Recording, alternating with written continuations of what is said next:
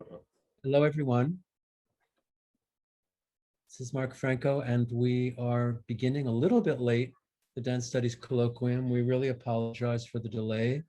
We were having some technical difficulties, but I'm really happy to say that Ketu Ketrak is with us now. You can see both of us, I hope, on your screen.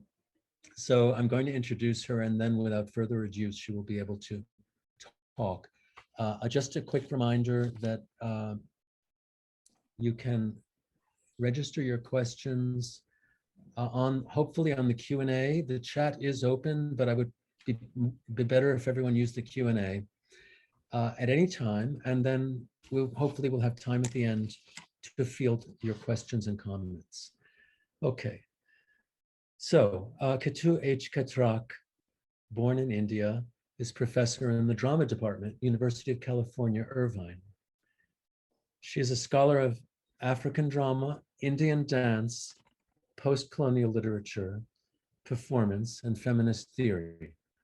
She is the author of 3 books: Contemporary Indian Dance, New Creative Choreography in India and the Diaspora, which is published in London by Palgrave Macmillan, 2011. Politics of the Female Body, Post-Colonial Women Writers, published by Rutgers University Press, 2006. And her most recent monograph, J. Pather, Performance and Spatial Politics in South Africa, Indiana University Press, 2021. She has also published numerous articles, and I'm proud to say a chapter in the Oxford Handbook of Dance and Reenactment, which I edited and worked with her on as well in that context. She is herself the co-editor with Dr. Anita Ratnam of Voyages of the Body and the Soul, Selected Female Icons of India and Beyond, Cambridge Scholars Publishing, 2014, and as I mentioned, numerous journal articles. So she is also the recipient of a Fulbright Research Award to India, a Bunting Fellowship, and was on the Fulbright Senior Specialist roster 2010 to 15. I welcome Ketu. Thank you very much for joining us today. Okay, thank you so much, Mark, for your kind introduction. It was indeed a pleasure to work with you on that article. It's co-authored with Anita Ratnam, and I think she may be in the audience today as well. So thank you so much for inviting me to this colloquium, and apologize to the participants. So we will just get started now with the talk. Now, is that everyone okay? I can go ahead, right? So the talk is entitled Curating Crisis, Excess, Spillage, Live Art in Contemporary South Africa. I begin with 2 epigraphs by J. Pather, on whom I've written my most recent book. So here's the epigraph. The curation of anarchy or crisis is a contradiction in terms. The second epigraph, live artists perform states of despair and protest, attack and response against an overwhelming onslaught on the Black body by continued economic and psychic oppression, end of quote. My talk today on curation and the parameters of live art in contemporary South Africa builds on and takes further the discussion that I began in my recently published monograph. Now I will start the PowerPoint, and hopefully I will be able to share screen. And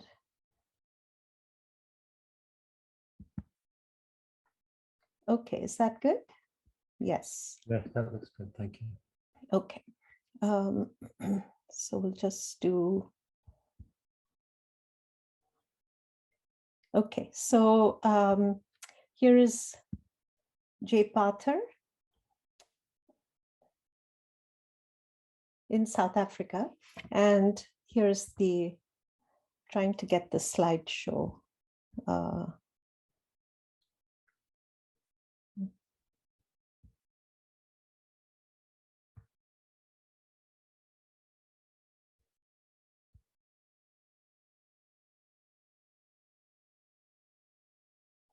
Anyway, I'll just go on like that. Okay, so this is the book that I have recently published, J. Pather, Performance and Spatial Politics in South Africa. And so I build on this book and take it a little bit further for all of you today. I explore new performative languages of live art, drawing on South African J. Pathur's curation of live art festivals as director of the Institute of Creative Arts at the University of Cape Town in South Africa, where he's also a professor of theater, dance, and performance studies. Pathur is an award-winning choreographer, a theater director, curator, whose landmark works, such as Code Body of Evidence, are foundational in inspiring conceptual creations by South African dancer choreographers, such as Mamela Nyamza, Donna Kukama, Gavin Creston, among others.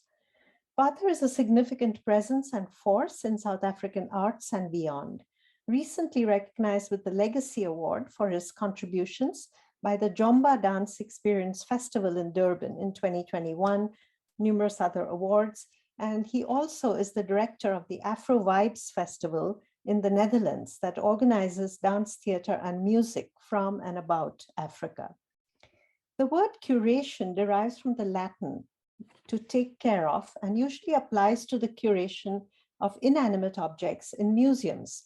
However, the curation of live performers and live performances for an event or a festival by an artist curator such as J. Pathur or a performing artist such as Anita Ratnam based in Chennai are prevalent globally today.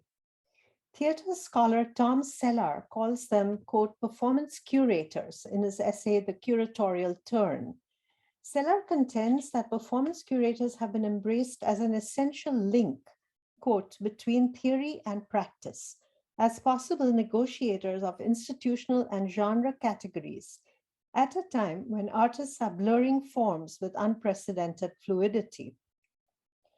In this presentation, I argue that Pathur's theoretical engagements with curation emanate from his curating of the ICA Live Art Festivals and also his keen observations of artists, of societal upheavals. And all these open up new scholarly perspectives on contemporary South Africa via live art performance. New curatorial modes are needed in response to social problems, even as Pathur recognizes that, quote, the curation of anarchy or crisis is a contradiction in terms, what I quoted as my epigraph, and that such curation has become nearly impossible.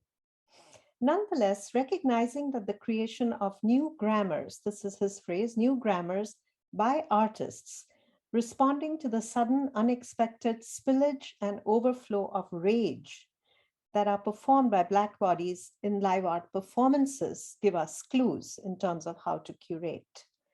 This was glaringly evident in student movements in South Africa in 2015, the fees must fall at many South African universities, and hashtag Rhodes must fall at the University of Cape Town. Within the trajectory of the Institute of Creative Arts' live art festivals, Pathur curated the initial 2012 festival that unfolded over some 10 days with 30 performances. And he did this by framing works in categories such as, quote, is it art?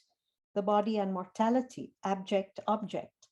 This method of imposing themes and categories on artists began to erode in a climate of growing disillusionment 27 years after independence in 1994. In 2019, Pathur published a path-breaking essay, quote, the impossibility of curating live art. There he recognizes, quote, the limits of the terms curation and curator, the conceptual shifts necessary to meet the artist's intentions and to probe possibilities for a new vocabulary for live art. And this is partly what I do in my paper, through the artistic work to see what the new vocabularies are. Although Pathur seeks new provocations in curating unresolved performance art that resists definition and framing, he also recognizes that curating in the context of live art seems to have run its course. Indeed, he advocates for what he calls an increasing invisibility of the curator. Now, true to his words in 2019, now for the next live art festival that's coming up in March 2022, I noticed on the website that Pathur has taken on a mentoring rather than a curatorial role. The ICA is going to hire 2 curatorial fellows who will play key roles in coming up with the whole festival program in terms of providing the festival program, also giving a hands-on assistance to artists to put in installations and so on. So he's taking somewhat of a back seat here. Now, this little section that I have termed delineating live art in contemporary South Africa. And here I want to show you the book called Acts of Transgression, Contemporary Live Art in South Africa, that is edited by Jay Pathar and Catherine Boole. This is a really wonderful, a first volume in South Africa that brings together many different discussions of live art. In the introduction, they note, quote, "In South Africa, live art is born of extremity. Its syncretic form has evolved in response to rapidly changing social climates, colonial impositions, cultural fragmentation, and political upheaval. Its affective tenor of excess and irrationality embodies the unpredictability of crisis. It prefers a new language that resists the narratives of certainty and linearity through which a neo-colonial agenda has been perpetuated, even if sometimes inadvertently in this country." End of quote. Pathar's curation of crisis, of excess, spillage, and overflow was showcased in his 2018 live art performance via complex, layered, and jarring performances, some of which I attended in Cape Town. Bodies embodying fragments of history and memory, communicating rage via movement and sound, nameless ghosts remembered, a paper dress, a vulnerable nude body, and the beauty of the flower market in central Cape Town, where we learned about South Africa's incredible biodiversity. We were also taught to make flower arrangements that we could take back to our homes or our hotels. Live art as a genre thrives on interdisciplinarity, defying logic and uncertainty, challenging spectators to witness transgressive performances. In South Africa, live art expresses the political as personal. I reverse the feminist adage of the personal is political. The political is personal, where many Black people survive without basic human necessities, such as homes with sanitation and jobs that can feed families. Live artists and curators witness a crisis-ridden society rooted in apartheid's haunting legacies and post-apartheid's emotional and psychic wounds. A World Inequality Report notes that the top 1% richest South Africans own more than 55% of the wealth. 35% of the Black population is unemployed. As curator, Pathar introduced the 2018 Live Art Festival, illuminating its context and goals. Quote, "Live art has its roots in activism and politics, and the dark. There is no doubt about that. No apology, no soft serve. We are probably getting closer and closer to admitting the darkness that does exist and needs attention. Beyond all the ravages and more subtle trips of capitalism in our society, through class and student struggles, there is also the psychic darkness. And this is what live artists do. They confront us with uncomfortable truths. Uncomfortable truths." End of quote. A common assumption is that live art originated in the West. When artists took on repressive regimes, they rejected commercialism and created edgy work. Certainly, contributions of avant-garde Dadaists in Europe in the 20th century, later in the US, are significant. However, although live art may have originated in the West, Pathar says it has always had a presence on the continent. He notes Albert Ibokwe Khosa's groundbreaking contemporary work that is directly connected to ritual and classical African traditions. And I have a few images. Khosa is a Sangoma, a traditional Zulu healer. He deploys items such as beads, leopard skins, body paint, along with, in the 2018 Live Art Festival,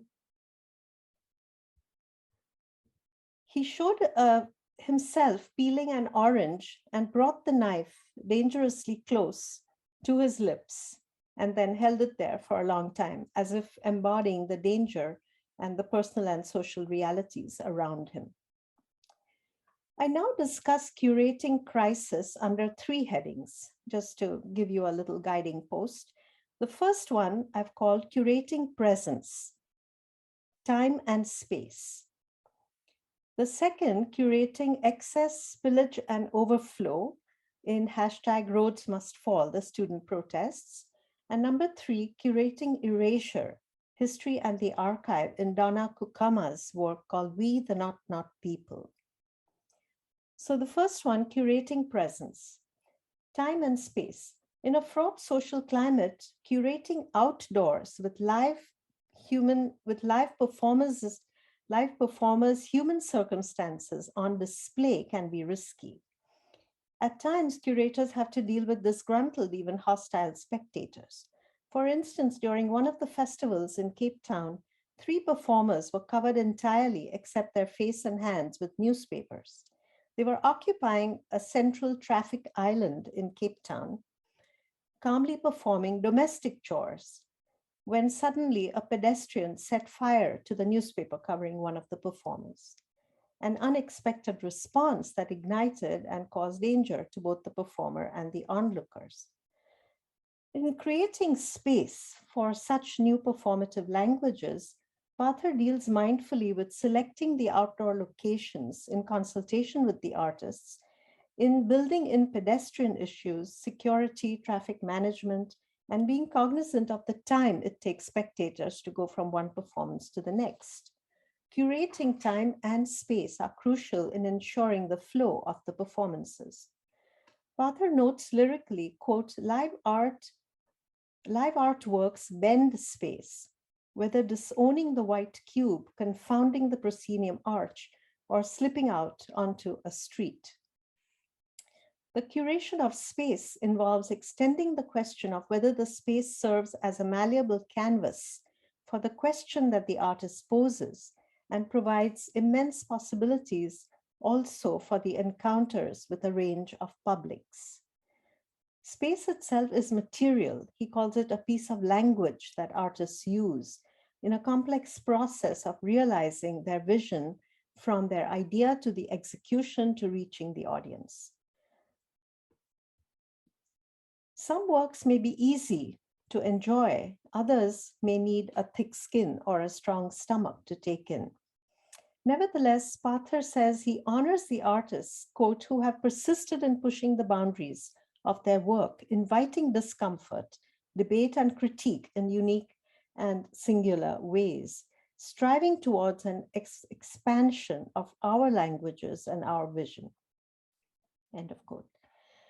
Now, I'm just referring to a few artists, so I thought I would put down the names if any of you are interested in following up with exploring some more of their work. So the discomfort and unpredictability that he honors the artists with were faced when Pathar and the spectators viewed Kuma Sopotela's live art work called The Chicken Has Laid Its Egg.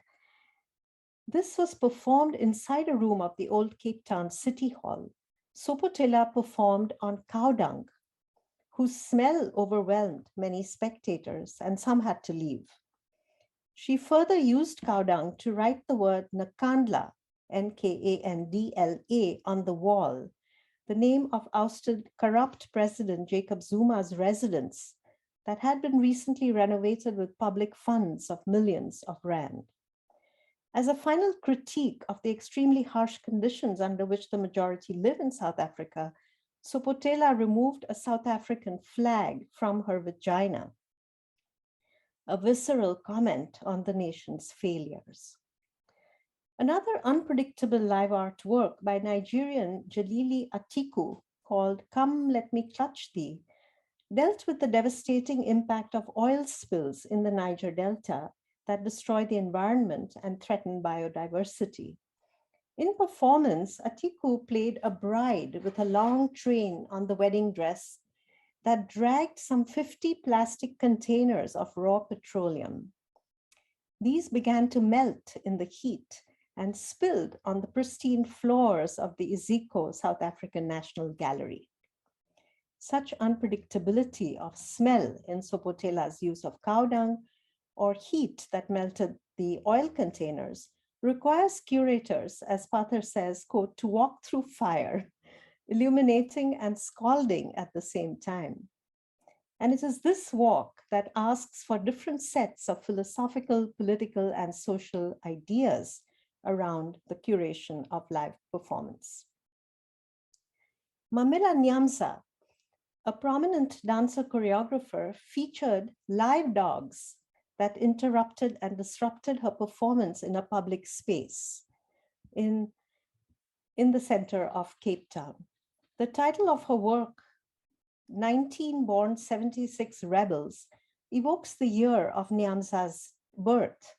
1976 was also the historic year of rebellion, with the Soweto uprising against Bantu education that imposed the regional Afrikaans language and not the international English language as demanded by Black people. At that uprising, the police and many others, the police used dogs to attack the protesters. Nyamza replicated the terror that many Black people feel around dogs by including the live dogs in her performance. In this striking work, as you see two elegantly dressed women with hats, Nyamza is on the right, wearing the colors of apartheid South Africa, raise the oppressive scenario of a free South Africa stagnating under staggering levels of poverty and hunger. Nyamza's other live artwork is called The Apartheid. I think the title is on this slide, The Apartheid, and here's an image, conveyed the historical and continuing reality of hate and apartness rooted in apartheid. And here she surprises us with many new ideas and really a kind of boldness in her performance. She presents idiosyncratic juxtapositions of a seesawing, unsteady bench that serves as a coffin, a pulpit, a plank to sit against. And then this bold performer in one scene opens her legs, you can see that on the slide, and she places the Bible at her crotch. Then she sticks out her tongue and licks her finger, turning the pages, intoning, "It never ends." Amen. A-H-M-E-N. Amen. Amen. Artist activist Nyamza exposes social injustice of religious dogmas that are exerted most strongly on women. So live art encapsulates a South African society in crisis. And in this regard, live dance and theater are struggling to remain relevant in this society, since many of the dreams of independence, such as Simunye, which means unity, or the Rainbow Nation under Nelson Mandela, have all seemed to have had their time and they're not functioning anymore. So we have this atmosphere that is ripe with tension and turbulence. Social struggles around fees must fall and roads must fall disrupted conventional protest modes, creating upheavals that actually emerge as a particular kind of performative form. But that form works with its own laws, its own dynamics and logics. So the next section is called section 2 now. Are you all okay? Can I go on? Give you a moment to take a deep breath. So the next section is called Curating Excess, Spillage and Overflow. And here I use the protests around roads must fall as an illustration to discuss this issue.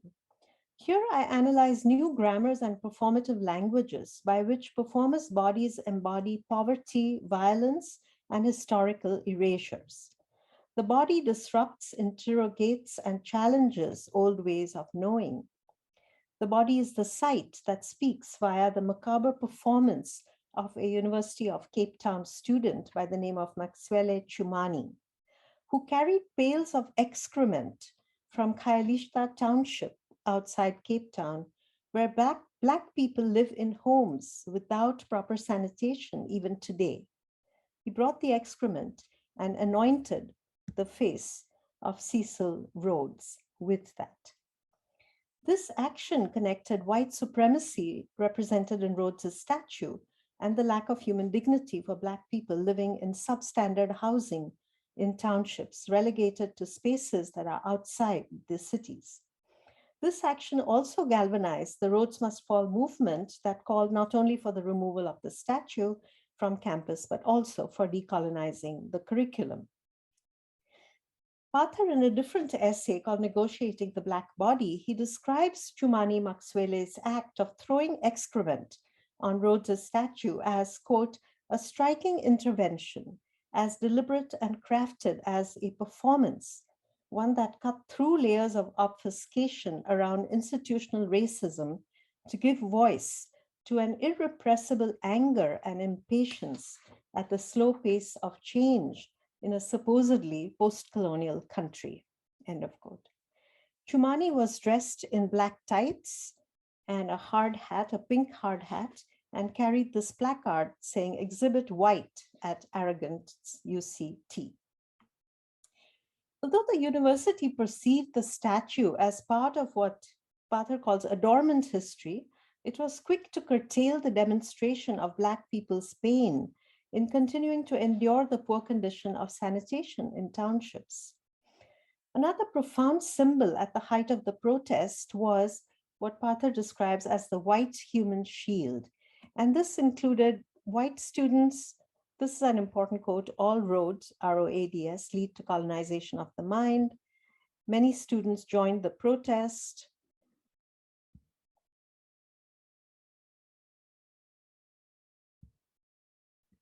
And then the protest also seemed to have spread to Oxford University in the UK. The White Shield was a group of white and diverse students who marched in front of the Black students during the protest, and they shielded the students from the police who were ready to be very violent with the Black students. So that White Shield, Pathar describes as both a poetic and a tragic performance of the value of the Black body. The moment marked by excrement was a harsh reminder of lingering apartheid and post-apartheid traumas that elicited such a subversive response. As opposed to the grand narrative perpetuated by colonial forms, the colonial project needs to shake off some of these colonial hangovers that still exist in the curriculum. Decolonial goals are made visible by a harsh new performative grammars embodied even in a waste product such as excrement that ignited a movement. The reason for Rhodes's statue overlooking the UCT campus was that he bequeathed, quote unquote, the land on which it was built in 1829, the oldest higher education institution in South Africa. Rhodes, of course, was an arch racist and imperialist who in fact had stolen vast amounts of land from local people, both in South Africa and in Rhodesia, that even bore his name, Rhodes. The country, after it became independent as late as 1980, is now called Zimbabwe. Rhodes also oversaw several gold mining operations in South Africa, including the De Beers diamond firm. He declared famously that the English were, quote, a master race, the first race in the world, and that the more of the world we inhabit, he said, the better it is for the human race. His grand design was to draw what he called a red line across the whole continent of Africa, from Cairo to Cape Town, building a railway across the continent that was marked, shall we say, marred only by British territory. Ignited by the call for removing Rhodes's statue, the movement demanded decolonizing the curriculum, and that has its own history that I want to touch upon a little bit. That history goes from Ngugi wa Thiong'o's 1978 book called Decolonizing the Mind to his 2012 collection of essays called Globalectics, Theory and Politics of Knowing, where Ngugi discusses the decolonization of the cognitive process, of the thinking process. He argues that the continuing power of European knowledge about Black people was supported devastatingly by scientific and popular beliefs coming together to mutually reinforce each other in performance of Africans in museums and zoological gardens. Now, he gives examples of the indigenous South African Khoi, Khoi, one of the indigenous groups, Khoi woman, Sarah Bartman, derogatorily called the Hottentot Venus. She was displayed for her unusually large hips that were exaggerated even in images. Or Ngugi also cites the Congolese Ota Benga, who was displayed in a cage and forced to hold monkey babies in his hands. Historically, decolonization focused on national anti-colonial struggles on the African continent in the 50s and 60s that attempted to break economic and political ties to the colonizers after independence. Such decolonizing goals continue with serious challenges in today's globalized world. Related to decolonization, and really through somewhat same and different goals, the word decoloniality is used more often these days, and it aims to dismantle ideologies and concepts tied to colonialism. So whereas decolonization seemed to have emphasized economic and political separation, and apparently that project did not work, and it's getting more challenging in the global world today, decoloniality now focuses on concepts, on ideologies and ideas. Decoloniality as a concept includes relational context for all who struggle from and within the dyad between modernity and coloniality. And this is discussed at length in the book on decoloniality, written by Walter Mignolo and Catherine Walsh. So that's a book worth looking up in terms of delineating the concept, the parameters, and so on. They don't think of decoloniality as a new paradigm or a new mode of critical thought, but they describe decoloniality as a way, an option, a standpoint, a practice, and a praxis that is born in response to the promises of modernity and the realities of coloniality. So modernity has also not always been successful with areas that were colonized. The task for a scholar artist or an activist artist today is to undertake what another decoloniality scholar, also worth looking up, called Rolando Vasquez, calls a double erasure, erasing the erasure of coloniality.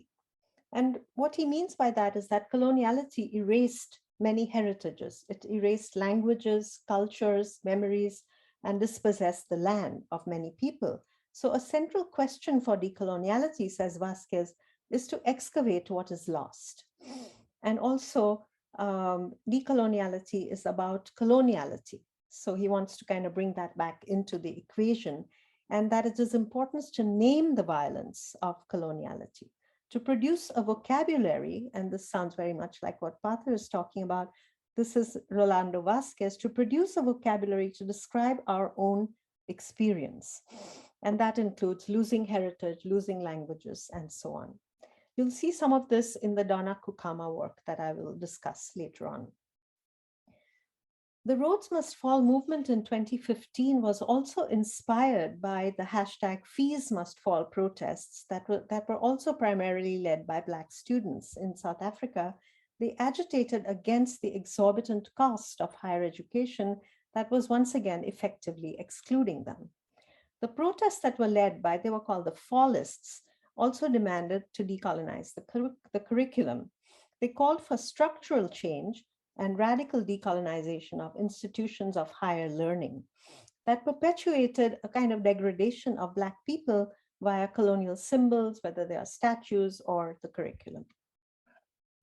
Rhodes Must Fall protests displayed student rage spilling over at colonial symbols. Such anger, though quieter but no less jarring, is portrayed in interdisciplinary Donna Kukama's performance installation that has a beautiful long title, We the Not People, Things Done, Not Told, Inscribed, Not Written. I'll read it again. We the Not People, Things Done, Not Told, Inscribed, Not Written. This brings me to my third and final illustration of what I call the curation of erasure, history and the archive. Donna Kukama is the recipient of the prestigious Standard Bank Award for Performance Art. Among other awards, she's an internationally recognized performer in art biennales in many parts of Europe, also in South Africa, and also a visual artist whose works in metal, in paint, are displayed in museums in South Africa and in Europe. The crisis of the erasure of Black people's past, their history, through the savagery of slavery, became even more poignantly significant with present crises of apartheid and post-apartheid. Kukama explored whether the urgencies of daily survival in the present can be explained partially by a backward glance in history. She responds via her own unique bodily engagement with history. Here, I also want to alert you to, there are of course many different ways of representing history, even bodily. Alan Parker, a South African scholar, in an essay delineates two ways, and there are others. One would be through the archive of written documentation to recreate history, and the other, when a lot of the archives are not available or lost, kind of through the body itself. And the body can play the role of bringing up memories, complex genealogies, using gestures, stories, practices of cultures, of ancestors, and so on. So the embodied and the written archives are spaces where artists kind of commune with the dead, and they're able to apply their knowledge from the past to discovering new knowledges for the present. These two modes, inscribed, not written, in Kukama's title and the bodily, are combined in her evocation of knowledge of the dead. Now, let's see. I had to cut out one example to kind of try and stay within the time. This is Dana Kukama in the work. So the two modes that she describes, inscribed, not written, are combined in her evocation of the knowledge of the dead. She brings research to life via her body. Performance art for Kukama, in her own words, is a tool for creative research, a strategy that allows her to invent and apply methods that are outside what is predictable or expected, and as a medium of resistance against already established ways of doing. She's very open about saying she uses undisciplined methods as a strategy for inserting her voice and for being a presence in the public.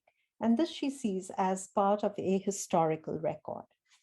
She links the unrecorded histories with fictional and personal stories to present living monuments within larger socio-political settings.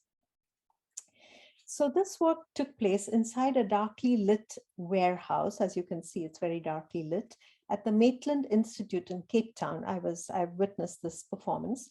I sat on the floor with the other spectators, September 16, 2018, watching how we, the Not Not people, deployed new grammars in Kukama's probing of the erased lost histories of Black people. The space and location of this very moving work recreated the horrors of slavery. We felt trapped inside the dark warehouse. As scholar Nick Kay reminds us in site-specific art, quote, the location in the reading of an image, object, or event, its positioning to political, aesthetic, geographical, institutional, or other discourses, all inform what it can be said to be. Even in this small image, you can see her sitting, the light is behind her and she's facing an easel. And the whole ambiance, you can see a chain hanging in the back, evoking different images of slavery. So we watch her in this dark space, sitting, crouching, speaking softly, walking deliberately from one side to the other, lit harshly with naked bulbs. This reminded me of Ngugi wa Thiong'o's prison memoir, where he talks about the electric lights that are kept on all night long, and prisoners, have a difficult time sleeping. Now, Dana Kukama deliberately uses this kind of harsh light in her work. Another image.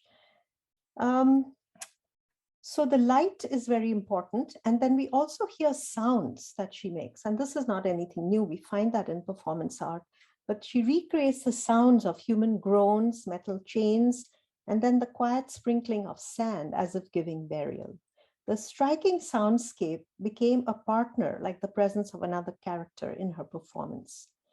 Her conveying of the palpable pain of enslaved peoples, wails and groans, reminded me of African-American scholar Saidiya Hartman's words, quote, how does one listen for the groans and the cries, the undecipherable songs, and then assign words to all of it? Is it possible to resurrect lives from the ruins? Or is narration its own gift and its own end? For whom? For us or for them? This is Hartman. In that space, Kukama unearths past and future, communicating pain via the visual design of light and dark, via human and metallic sounds, objects dropped deliberately, the sound also, very importantly, of crumpling paper. She juxtaposes inscription etched on metal or stone. She juxtaposes that with words, and she repeats numbers that convey the gravity of the unfathomable loss of lives. She multiplied numbers, 12,500 times 2, 12,500 times 3, and she goes on up to the number 12,500 times 34 in a meditative and soft voice, not like openly angry, as if giving memorial to the dead. Our minds could hardly take in the huge number of the losses. And the numbers evoke a reality so stark and definitive as numbers do, that she forced the spectators to participate in this calculation of lives that were lost without trace. The power of numbers spoke unambiguously of the darkness of the profit-mongering capitalists in Kukama's very interesting short phrase, quote, "A couple of bodies erased and 100 million rand saved." The numbers sweep over our consciousness and conscience as we grapple with the fact that each number represented a human being. And here I wanted to just remind you of Joseph Roach's words in his book called Cities of the Dead, where he says, "The voices of the dead may speak freely now only through the bodies of the living." The living body can evoke an absence to body something forth, especially something from a distant past. So this is in a way what Kukama is presenting. She uses her body as an archive to access the numbers, the memories stored. She brought the Black archive to life in altogether original performance languages of, quote, drawing, sculpture, video, text, oral history, objects, drawings, installation, and soundings specifically related to monuments, memorials, and commemoration for, she says, those who absolutely need to be remembered. This is her phrase. She had originally conceived this project as a tool to question and to rethink memorials within the South African landscape. And since then, she has presented what she calls chapters in a history book in many different locations. As an experimental history book, We the Not Not People is an invitation to imagine history as a collage of memories that are both personal and slippery. Kukama aims, in her own words, to, quote, subvert how histories and value systems are constructed, to imagine a history book as an archaeology of sites, as a reorchestration of past events in the present, a recovery of unwritten existences, and a not yet known set of vocabularies that speak in multiple tenses. This again seems to connect to Pathar's looking for new grammars from artists. So Kukama's history book performances obviously is not history within a bound volume, but she has done these going from book A to book Y. Book A, B, and C were presented at the 32nd Biennale in Sao Paulo, Brazil. And each of them have very interesting titles: The Anatomy of History, The Genealogy of Pain. Chapter Y has a wonderful title called Is Survival Not Archival?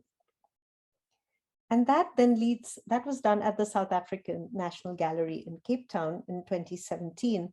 And that work was followed in 2018 by We the Not Not People. That was supposed, We the Not Not People is the history book cover for her entire project. So we see her as a rather small Black woman dressed in a white dress that looks like it's made of muslin. She's seated crumpling off white paper for about 2 long minutes in the beginning. Then she begins reciting in an even tone, almost softly, We, the Not Not People. And the phrase is repeated, followed by diverse groups, each punctuated by the sound of crumpling paper. We, the Not Not People, the woman people, we, the Not Not People, the brown people, the Black people. She goes through many, many categories: the lesbian, gay, bisexual, transsexual, Muslim, feminist, migrant people, landless people, raped people, forgotten 100 million people that don't count. And that's the important phrase, that don't count. So these marginalized communities she describes as the not people. They are not fully human or not regarded as such. She moves from the spot where she's sitting to a black window shade and shakes it vigorously. Her entire body shakes as she calls upon ghosts with gasps and heavy breaths, with words like, listen to our presence. These are our marks, recording the unrecorded, our memories. And the work goes into several different positionings that she has marked out in that huge warehouse. And I wanted to take some time to show you, the work is about 50 long minutes. I had someone help me to make a shorter clip to share with you. And I don't know, I should ask Mark and Laurie if I have time to show the clip. It's about 10 minutes long. I think, yes, if you want to, of course, Katsu. Okay, all right.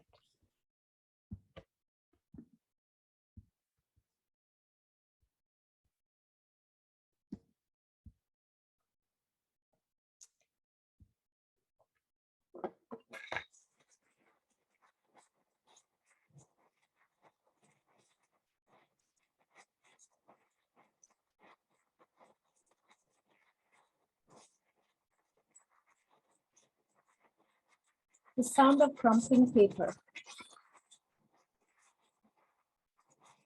We the not people, the women people,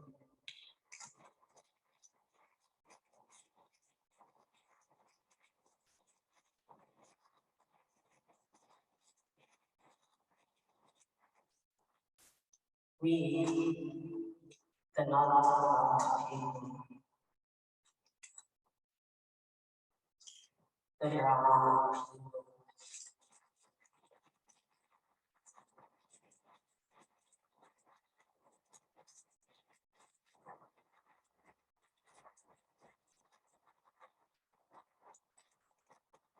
We the not people, the black people.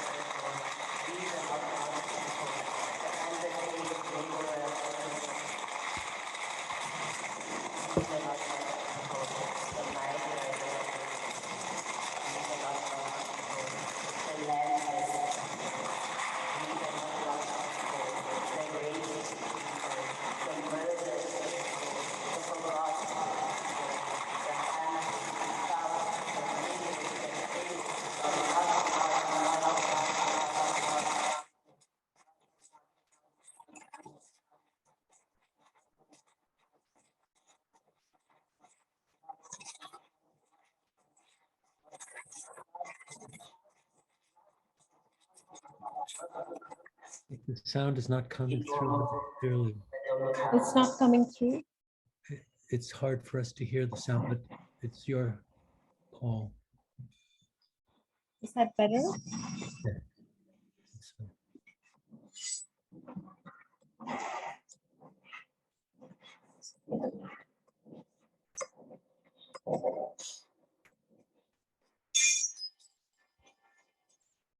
Listen to our presence.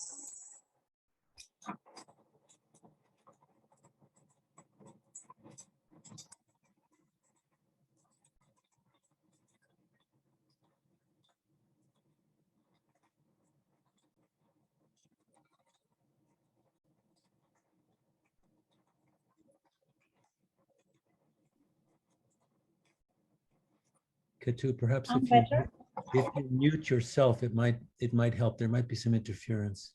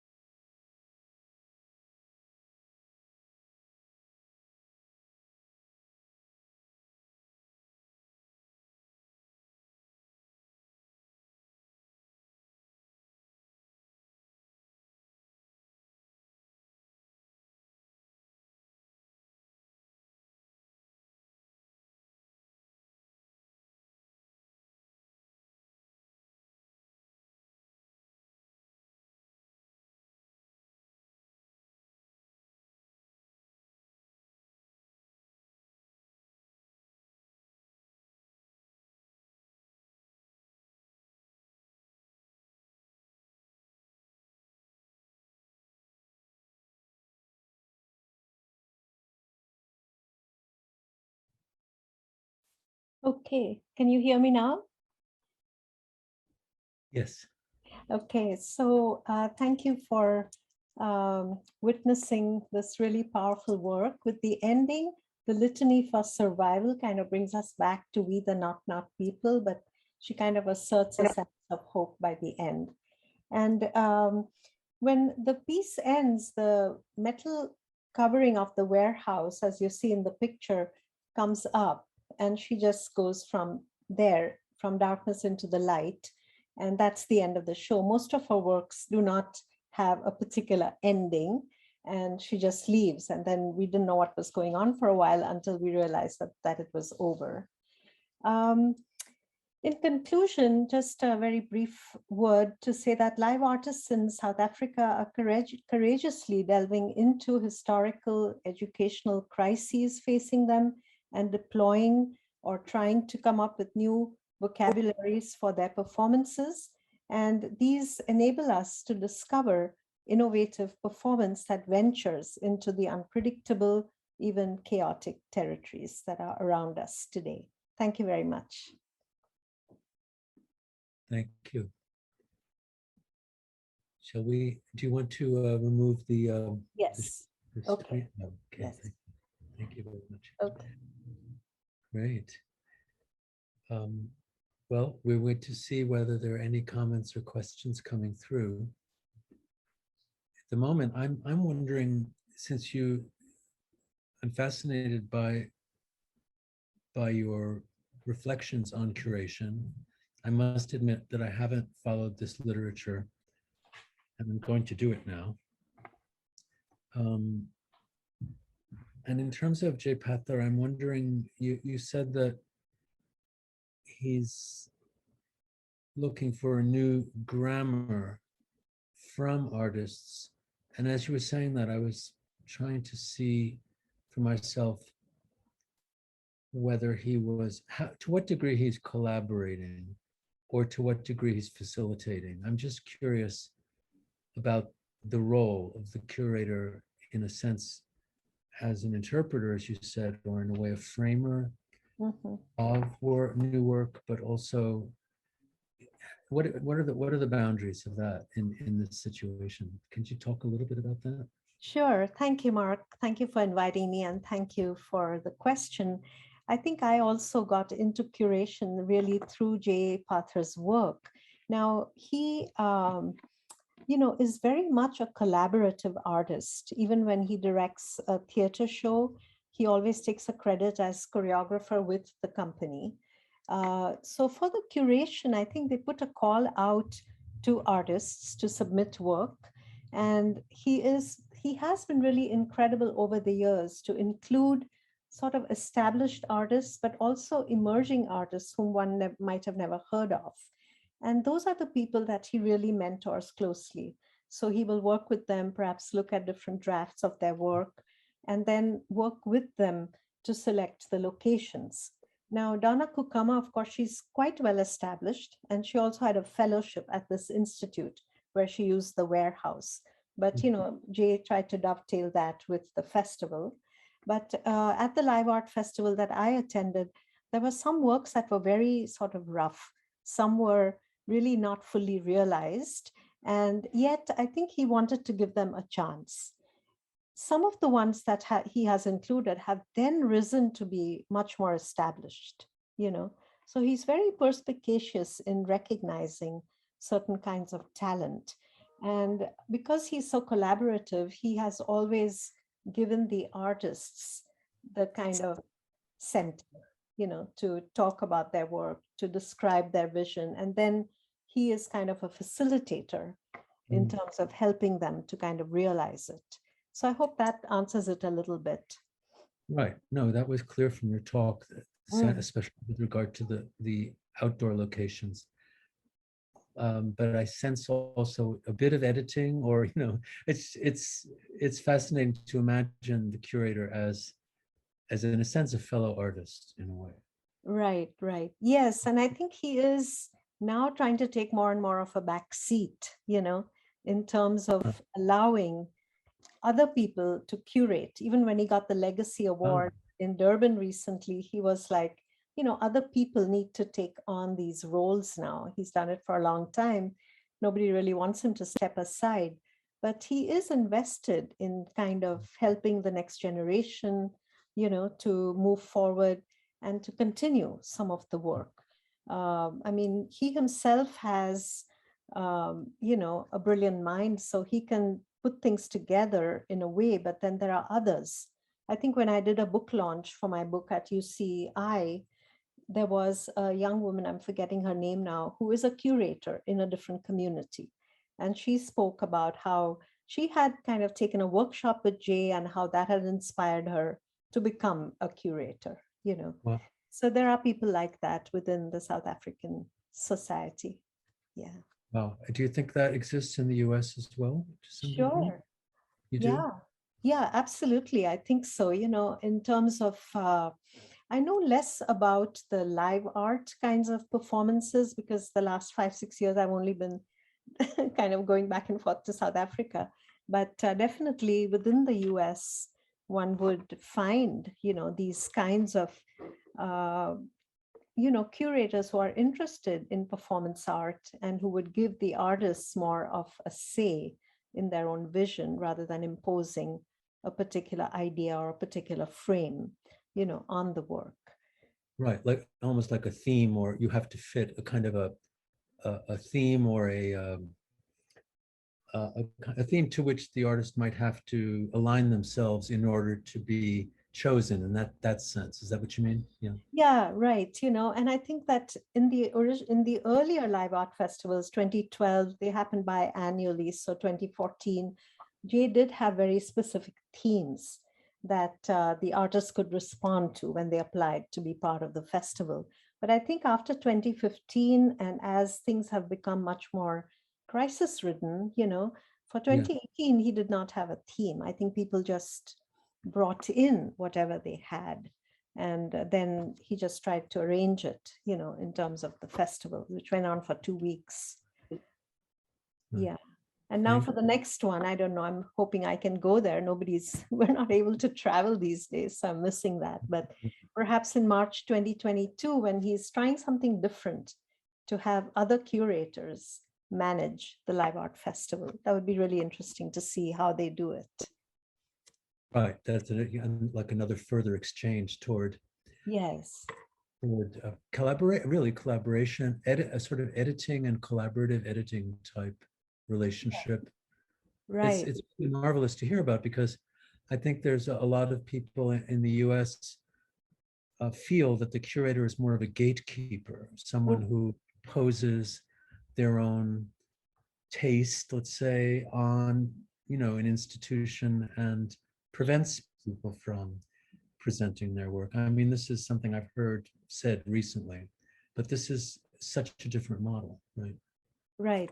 That's true. And if a curator comes in very strongly with a particular vision, like even for an art exhibit, that would really determine the kinds of works that are shown and what the audience will be exposed to. So yeah, this is different. And I think because he is so open to even dealing with the unpredictable, that takes some guts to say, well, how will this work? But right. Yes. that also takes some courage on the part of the curator. Yeah. Absolutely. Who must be an artist, him or herself, indeed. Yes. I have a few questions coming up, and I'll just read them to you to facilitate. Okay. Sure. Thank you. My pleasure. The first is Kakali Paramguru, who is one of our graduate students at Temple, who I'm really happy to be working with. She writes, "Thank you a lot for your wonderful talk. I wanted to hear a little bit more about the double erasure you were speaking of. I was thinking in the context of comparing that with India. Does that bring up any thoughts for you?" Right. Yes, thank you, Kakali. I've been in touch with her through you, Mark, to kind of have dialogue with her in terms of her own work. And the double erasure actually comes from Rolando Vasquez. He is a scholar from Mexico who lives partly in Europe, and he's a very prominent scholar in the decolonial kind of research world. So what he meant by the double erasure was that, even as we're trying to get rid of the colonial baggage, we cannot erase coloniality completely because it's still with us. And he wants us to somehow be able to recognize that. So when we deal with decoloniality, we don't simply erase the colonial, that we also recognize what the colonial erased and recover that in terms of how the decolonial project is going to work. So in the double erasure, he's talking about how the colonial project erased histories, erased cultures, erased languages. And yeah, I think that, there are aspects of that we can compare to India, but the most devastating aspects are, felt more on the African continent because of the orality. And many of the languages were not even recognized as languages, although they were languages, of course, but not written down. So for the colonizer, they didn't exist. I call it a leap of illogic, like, it doesn't that can't be seen written, therefore it doesn't exist, So that was a much more severe devastation. In India, we had many languages that were written down, and it was much harder to kind of destroy that part of the heritage, although of course there were many other colonial, led kinds of erasures that did happen. There's a whole history of with Indian dance and, other kinds of colonial interventions that were destructive, within the Indian frame as well. So thank you for the question. Thank you. Shita Sundaram writes, the curator is a position of power of framing, interpreting, giving visibility to the artist. Can you speak a bit to this idea of a power play and not being a visible curator? Right. Yes. Okay. Thank you, Chitra. This is a good friend of mine. I think she's in London, and thank you for joining us today. Definitely the curator, generally you would consider somebody who is like, well, if you think about a theater director, directing a show, especially within a Western frame, everything kind of goes back to what the director would want. Now, I think that this would not be true for all curators, but it's because of the way that Jay Pathar has always worked. He worked with a company that he came into this group of people. He was appointed as director. These were people from townships who had had no training in dance or theater. And so it was a training program initially. And so kind of that's how it grew and then became a full-fledged company, and they studied different forms and created work. Now for the curation, I think that he has always been interested again in being collaborative. So, even early on when he would impose the frames, because that's how curation used to work most effectively, that was very much in terms of being not so much of a position of power, but to say that these are like the suggested frames within which we might fit your work. And he always works with the artists, so he might even talk to them about it, or if they prefer a different frame, like there was a frame called Femininities, and there was a different frame called Making Space. So, it's really kind of up to the individual artists too, to be comfortable with where their work is framed. And often in these festivals, because they go on for like 2 weeks, some works could be shown multiple times as well. So not just a one-time show. So you could be in different categories as well. I don't know if that helps. Dialogue between different artists by virtue of them seeing each other. Yes. What performance cycle possibly? Yeah, because, in a museum also people say that the artwork speaks, there's kind of a dialogue or how, but even within a theater festival, like, I've gone very often to the Oregon Shakespeare Festival, and among the 11 plays in the season, there's kind of a conversation, a dialogue that's also going on among the different selections. And definitely within the live art festival that I attended a few performances, you could see these conjunctures and connections, among the works. Thank you.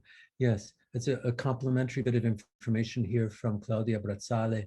The anthology Curating Live Arts speaks about this approach to curation and the performative sides of curation. So thank you very much, Claudia, for that comment. Yeah, thank you very much. Yes. I have another question from Catherine Mazur.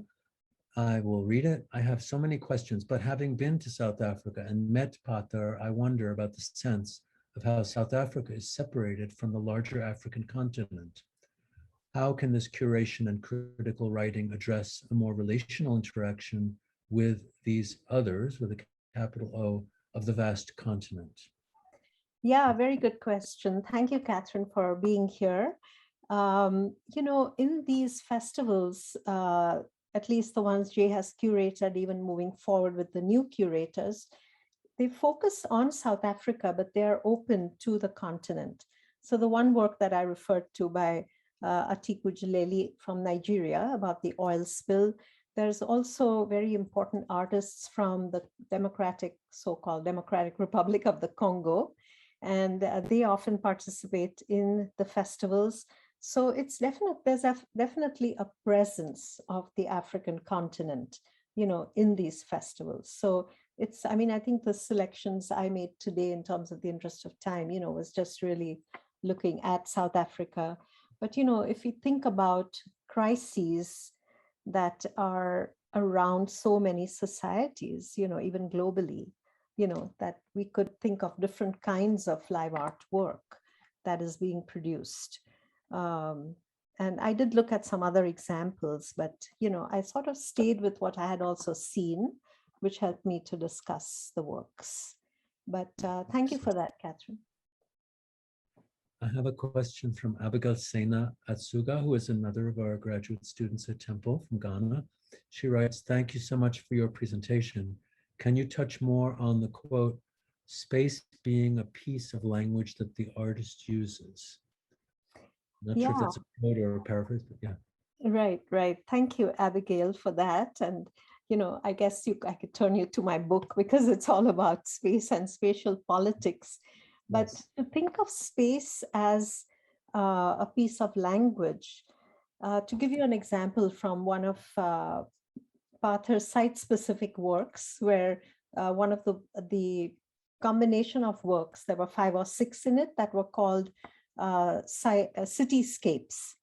And if you think of the space as a language, for example, within the South African context, spaces were really denied to Black people, especially spaces within the center of cities or within like upscale malls. They could not go to certain spaces. So what Parther does in some of these programs is he places the Black dancers right inside an upscale mall. And they just come into the space, they dance, and some of them include the township styles so that the popular styles also appeal to some of the audiences that are stunned to see that inside the mall. So he uses that space as a language that was denied as, something that was out of bounds, and then recaptures it, for the performance. So that's how, artists can reclaim also as South African citizens to be in every single space. And many of the performances for the public art performances, the live art, they are within the central part of Cape Town, where Black people, even to this day, they just go back to the townships. They come to the city to work and they take 99% of the trains are filled with Black people going back to the townships. One of the wonderful performances that Jay had organized was to bring in a grand piano into the Cape Town railway station, which has 99% Black people. And people were just stunned. And here was a classical pianist, playing beautifully. And they didn't know what was going on. And they stopped and they even offered him money. They thought he was somebody who might need money, and that's the level of generosity from people who don't have much. And Jay wanted them to just be a part of something beautiful, to kind of alleviate the burdens of their life. And that was also very beautifully received by the audience. So Thank you. hope I answered I think we're coming slowly to an end. I don't see right now any more questions. So I think maybe we'll thank you and thank everyone who was present. I know Catherine Cole waved to you and said how pleased she was.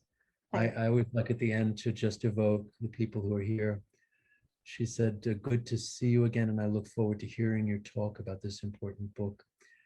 And we all really should find your book, get your book and read it, because I think it's very special. And I think that we need to think more about curation and social justice. So thank you so much for bringing this to our attention. Okay. Deirdre Sklar was here, and I'm just going to name the names as we slowly sign off, okay? Because sometimes the sign off is a little abrupt, so that's a little disturbing. So Sarah DC, thank you, a wonderful continuance of your book's work. Justin Torno, one of our graduate students, thank you so much. This was a beautiful and inspiring talk. Deirdre Sklar, thank you, Ketu, so exciting to hear this. Linda Tomko, thank you. I'm so excited hearing from all these people too, I can't tell you.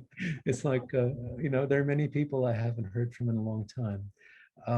Boram Yi, another of our students from Korea, thank you so much. Chicha Sundaram, thank you, illuminating and inspiring. And I second all those comments. So, all right, this is to be continued, I know. So let's be in touch, and Okay. yeah, thank you I again. want to thank all these wonderful people who made time to attend. Deirdre, Sarah, Catherine, and many of the others. Chitra, I think Anita was also there, Ratnam. So thank you very much. And thank you, Mark, for this opportunity. It enabled me to, when you told me of the book, and then think some more and take it further. And I was like, oh my gosh, what am I going to do? And I was able to do something. So I'm glad to have the opportunity. Thank you. Absolutely. Thank you so much. Okay. All right. To be All right. continued. Thank you. Thank you. Okay. Bye-bye. Thank you.